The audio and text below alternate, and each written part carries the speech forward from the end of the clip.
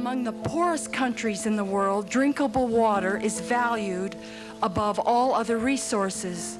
Let us not take it for granted. You don't cut up the Mona Lisa to make a buck, and you don't chip away at David for a few tax dollars.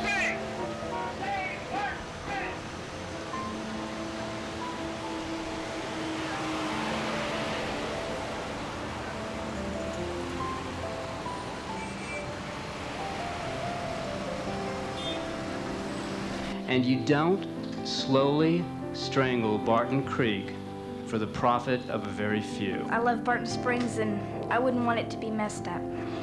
Thank you. Thank you. We're the best thing that could conceivably happen to Barton Creek and Barton Springs.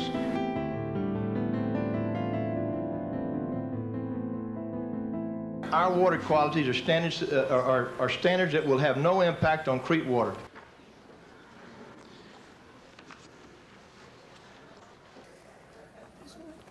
We've asked the important question, is it going to protect the creek, and is it going to protect Barton Springs? And we have the answer, and that answer is no. I think also has been deleted from the June 7th draft.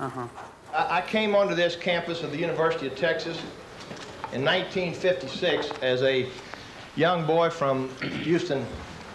I was up here on a football scholarship, and at the same time received a degree in geology. I got a Bachelor of Science degree in geology with honors, and graduated with the highest grades of any football player on the University of Texas track. We categorically state that we exceed water quality standards, and as a geologist, I will promise you, I know more about Barton Creek than anybody in this room.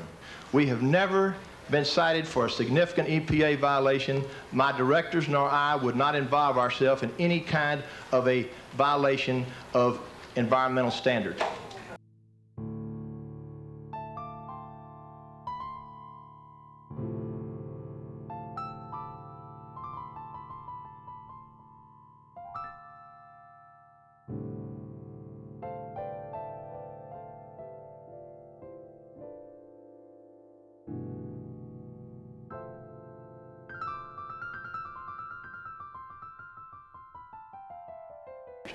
We will categorically not pollute Barton Creek. Thank you. You're talking to people here who have a lot of heart and a lot of money. I'm sure more money than anyone else invested in this area. But we also have a lot of heart and a lot of emotion in it. And for anybody to suggest that we're not here to save Barton Creek is a tremendous fallacy. We have more reasons to do it than anybody. We have its name. If you do not choose to be partners with us in this regard, obviously, we'll go ahead and develop the land. We have the legal rights to do it.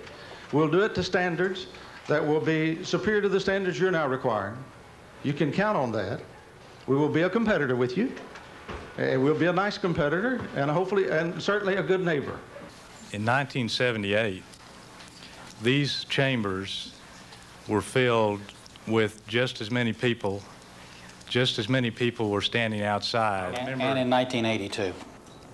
The issue before this council, this city council, is do you want to be a partner, do you want to be a participant in the process of the development of this land? Okay, council, are there questions for the applicant at this time? Yes. Councilmember Barnstone? Thank you, Mayor. I have said that the burden of proof ought to be on the developer in this case. We have accepted that challenge.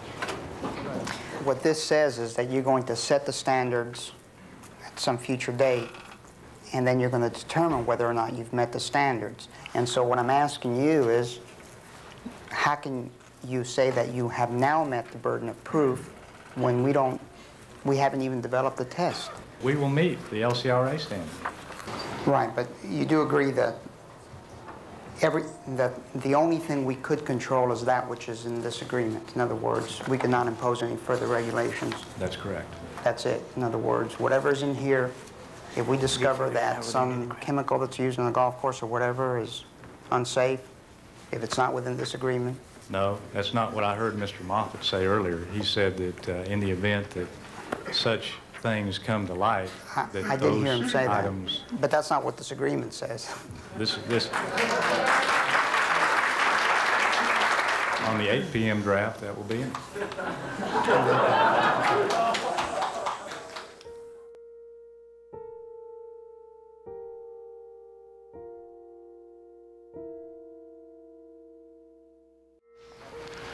I asked the question if we're not today writing the obituary of Barton Springs.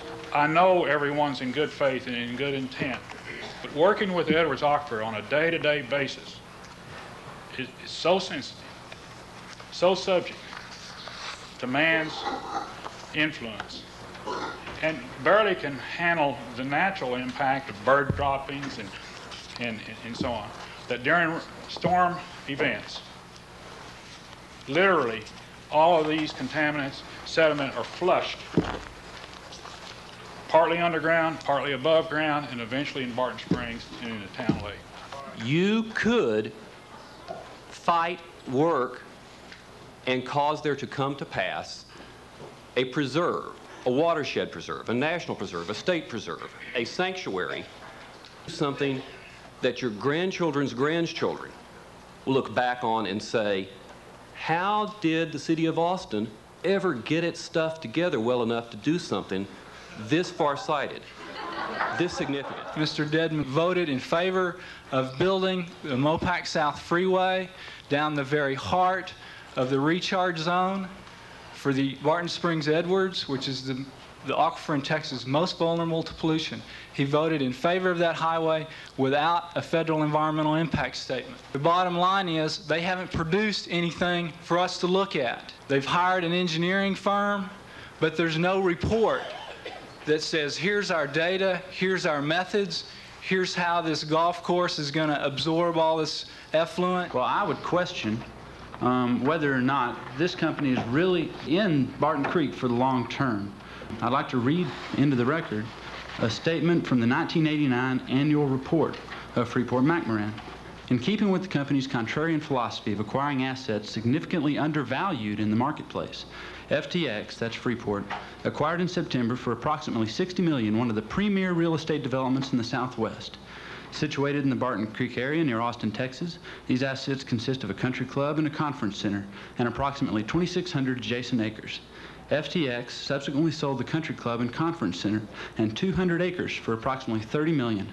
And this is the important part, retaining 2,400 acres for price appreciation and future sale. That's in their 1989 annual report. Now that sounds like real estate speculators to me. That does not sound like someone who's in this for a 40-year development. Who are they now? Are they lying to the council? Or are they lying to their shareholders? It's somebody. It's somebody. I think that ought to be addressed. From what I've seen, almost everyone who's spoken in support of the PUD or is wearing a little yellow badge is someone who does have a vested interest in this PUD.